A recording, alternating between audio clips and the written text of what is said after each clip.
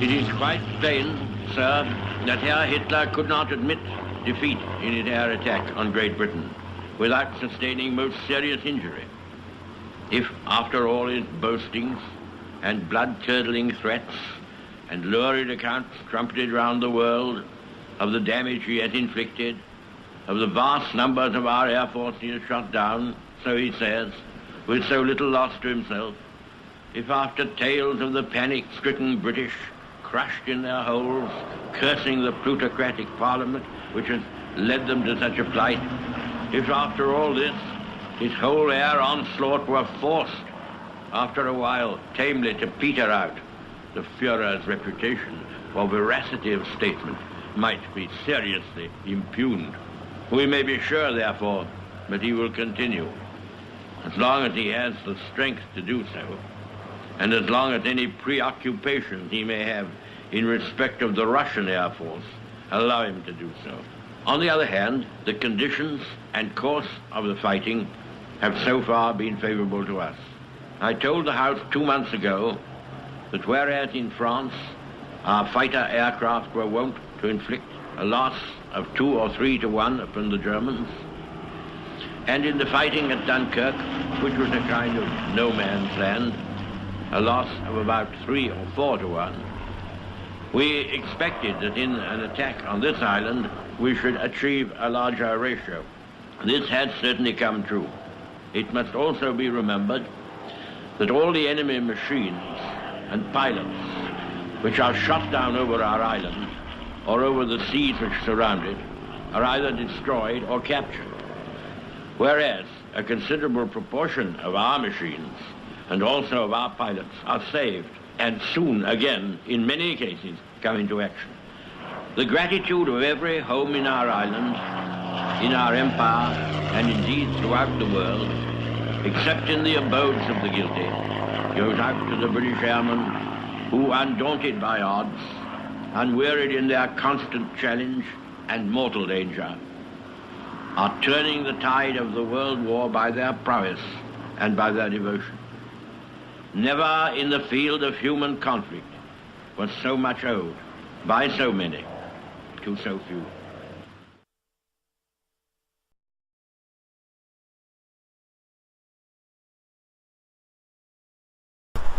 It's my absolute pleasure to be in the company of, in my opinion, a really fine gentleman. 90 years of age, or not far off? Almost 88. 88, just.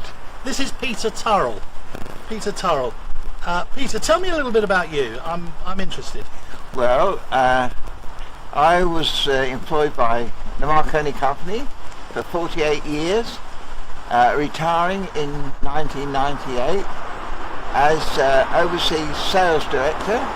I travelled the world for Marconi's, selling television cameras, transmitters, anything to do with communications.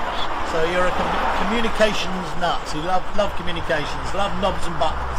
Well, not the actual knobs and buttons itself, because when you're a salesman, you sell from the surface of the equipment that you've got. I always find it's dangerous to get too involved with the knobs and buttons. Something might go wrong. But no, I enjoyed myself selling those products all over the world. Let me tell you where we are. We're actually in New London Road, at the top end of Chelmsford, not far from the Tesco roundabout, Prince's Road. And this is exactly where we are, a very monumental place, a place of a great happening. If we go back to the Battle of Britain in about 1940, something very, very spectacular and sad and poignant happened right on this spot. And to say right on this spot, the old Farley Hospice was just behind me. We're right outside a grand building called Oakhurst, next door to Holly House and opposite Molsham Street, going down to obviously the shops in Molsham Street. Tell me what happened in 1940 and your connection with what happened in 1940 on this very spot. Well, my father and my younger brother were walking home from fishing in what we called the wreck. Where was now that? called Central Park. Ah, right, okay. And we were walking up London Road, and we'd just gone past Oakhurst, and in the sky there was a big black thing coming at us. My father said, "Run!" We did, past the rising sun. Then there was an almighty bang, and we looked round, and it was a Spitfire. We could just see the wings. There was a Spitfire had crashed into this building right behind us. My father said, "Off you go home." But my younger brother, Michael, little devil as he was, he decided he wanted to investigate. So he ran back here, had a look to see what was happening, saw some bullet cases laying on the ground, and he picked up the bullet cases and the pilot's thumb. The pilot's... The pilot's thumb. He ran up to where my father was, waiting for him a little while past the rising sun. And my father was furious. He said, take it back. He said, no, don't, leave it. We're not sure what happened to it. We have a feeling it was buried in my parents' backyard in Whitford Road, which is less than 100 yards from here. So we stood still for a minute, and the flames were coming out of this aeroplane, and coming up the road was a gentleman by the name of Superintendent Devlin. He was in charge of the unofficial police, and he came up here and he said to everybody, go away, and stopped. But at that particular time, bullets were flying all over the place, and it was very, very dangerous. Right, so there was fire and the bullets were just exploding? They were indeed. Right, yes. okay. And obviously this was a Spitfire that came down, I presume, fully loaded with ammunition? Well, I presume so. And we weren't sure what the pilot was, what his name was that, but it wasn't very long before we found out he was a naval officer. His name was Sub-Lieutenant Blake. Oh, Blake? I don't know what his Christian name was, right. But I know it was well recorded at that particular time. Right. But an after thing which happened, having come back the next day at night to retrieve what we always liked was souvenirs, we retrieved a lot of bullets. Took the bullet head out, went over to the park opposite. Oaklands Park? Oaklands Park. Okay. Took the cordite out and set a trail of cordite all the way across Oaklands Park with a friend of mine whose father was the manager of the Rising Sun, a young lad called John Howett.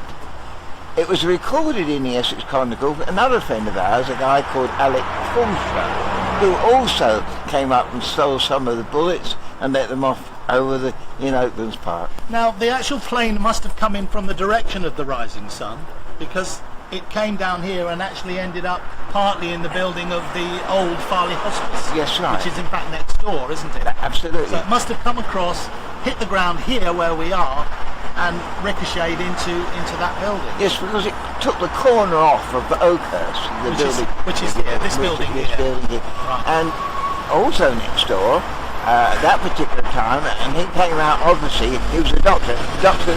Sir Ivor Beecham, who obviously he was a missionary doctor, but he obviously came out because we saw him running across to see what he could do at that particular time. Right. And the lady that lived at Oakhurst actually wrote to the pilot's wife. Yes, so I understand. Did you see that letter? I've never seen that letter. Right. But another coincidence was that after the place was rebuilt and the lady next door, a relative of ours came to live in this house. Ernest Harden, who had a upholstery business in Chelmsford, just off Morsham Street.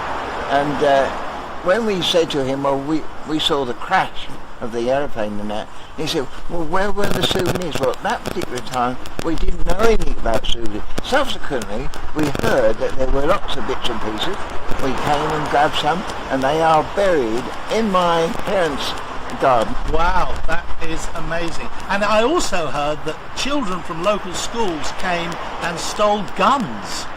Did you hear that story? I didn't hear that story, no. I'm absolutely sure that guns were taken, and I think the police actually went to the schools and retrieved the guns. I'm not surprised. So there we are. It must have been a real mess all around. Oh, it was. And the flames were coming.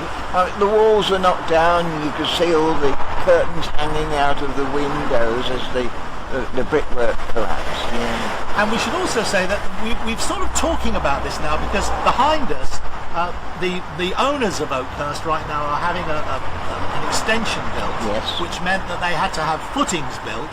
And of course, when they did the footings, they discovered more Spitfire parts from this very plane. And where are they now? Well, they have been recently exhibited at the Sanford Mill Museum? the Gallywood Heritage Gallywood Centre. Heritage Centre. Yes, they're actually there, and you can actually see bits and pieces, the tyre and various things. So the whole story is sort of coming together now. Yeah. It's and obviously it was a very, very sad time because the pilot actually died. We don't know if he died in the air and came down or died on impact. But well, I would assume the pilot was dead before the hit the plane ground. hit the ground. Yes. Yeah, I was sorry not to be at the Gallywood Heritage Centre last week. I was invited, but I had another thing on because they asked me if I would comment on what was happening as I am living with this discussion with you now. Well, it's a real pleasure, Peter, to talk to you on this very spot of a momentous event that happened so many years ago. You're not far off, as you said, 90 years of age.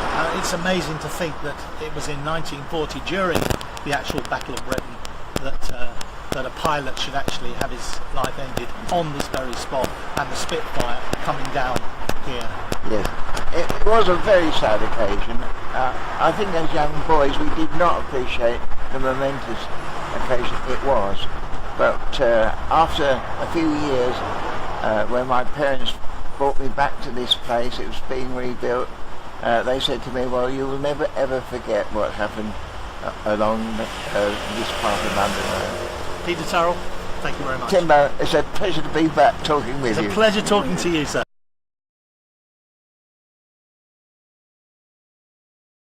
What we'd like to know is, what angle did it come at? How did it hit the building? Well, it was in 1940.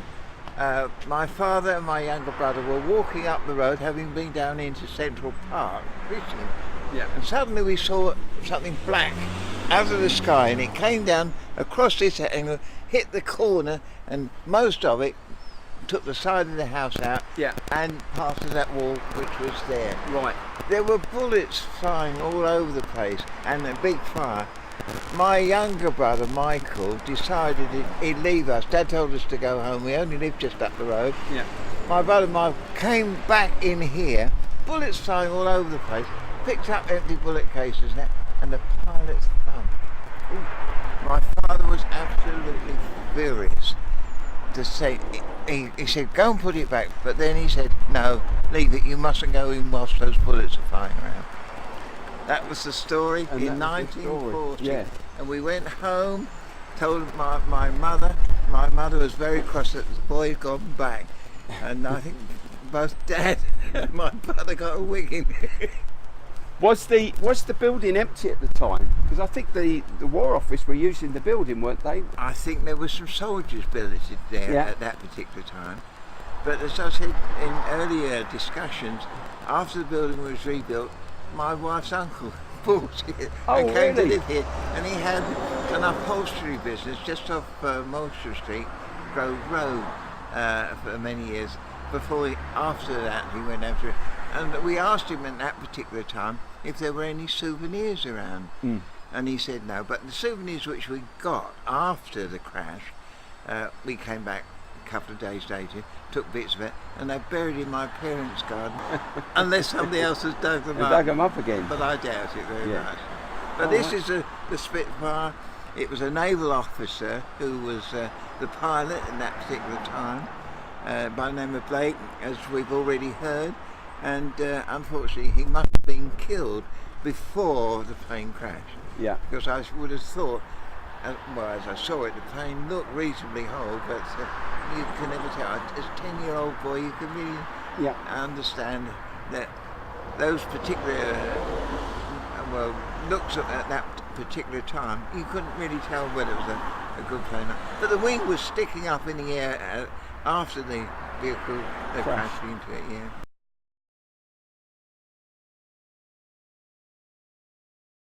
If we start at the front of the house, Okay. of the extension, there were 6 trenches dug from the existing house across to the wall here, 2 metres deep, because that's what was required by the building inspector, and approximately the centre of the trenches running along there. Everywhere that we dug through, we found pieces of the plane. So there was one run through here, and the plane debris was about 1 metre down, so it didn't go any deeper than that. Another foundation came through here. And you already knew there was something here, weren't you? We had already been tipped off by the people that came along with the metal detector that looked in the garden and found nothing, that they suspected it was at the side of the house. So we knew once we started to dig, there was a possibility that we would find the remains of the plane, or some of it. So there's a trench along the back, and it's when we got to the middle of that trench that we found an area that appeared to be burnt, the ground, and in there we found some pieces of what looked like they could be aircraft. We put them to one side, and then the local historians turned up on the very next day because they saw the digger was here, and then assured us that yes, that was a piece of the plane. So as we dug 1, 2, 3, 4, 5, 6 trenches across for the foundations at 2 metres deep, each time we came across, we would find bits of the plane, tiny bits of the plane, nothing big. We're not talking about wheels or machine guns. There was a wheel in that area just there, where when we dug down, we did actually find a piece of the undercarriage with the wheel attached to it, and it still had the Dunlop written on it or whatever, and it even had the inner tube in it. So every bit we found, and we put them to one side, and then each day the local historian people would come along and collect them up and take them away, and they've all mounted that on some kind of exhibition board now. And that was it. Once we'd got to the end, we found, and we'd also dug linear foundations going the other way, and in those trenches we found nothing at all. So it just sort of spilled down the garden, or what was the side of the house, and then stopped more or less there. Everyone who's interested will be asking, ask him if there were any bullets. I'm not sure if there was a bullet. I don't know if we found a bullet. Because they all went off when it hit at 400 mile an hour, so to say. No, I don't. We didn't find it with pieces of. The thing that surprised us, and how we realised that this was in fact the remains of the plane, was that it was very high quality alloy, and normally when we're digging and we find metal in the ground, it's rusted away or corroded or whatever. But this was still clean and relatively shiny, so we knew that had to be bits of the plane, and some very nicely engineered pieces as well. Top quality alloy. Yeah, top quality. Yeah. So, are there any other pieces here? Not to our knowledge. No, we were very careful, and also when. And now, what have you put down over it now? Oh well, over it. So we've got. Once we'd done the foundations, we then had to take a lot of the soil away because you need an air gap under the house, so for this to work. So you've got, and there was no evidence of planes in that, so that went down a good 2 or 3 foot as well. And so on top of that, you've got 6 inches what they call lean mix concrete, which keeps it sort of tidy underneath, and then you've got an air gap, and then you've got a suspended concrete floor, which is this on top of that. So you've really covered up. This was the last dig here, is it? Yeah, we won't be taking this down again. And to any people who think there's anything still under here, well, they'll have to come with some dynamite or dynamite. Yeah. Well, that's well done. I would imagine you feel very gratified, really, to have found the last pieces of this very brave pilot. Yeah, just before definitely. Remembrance Sunday. Yeah, perfect. In the November, it's amazing. Yeah. And thank you so much for You're welcome. into your driveway to do the video. We're all very grateful to you. You're welcome. Thank you very much. And we look forward to seeing it. Yeah.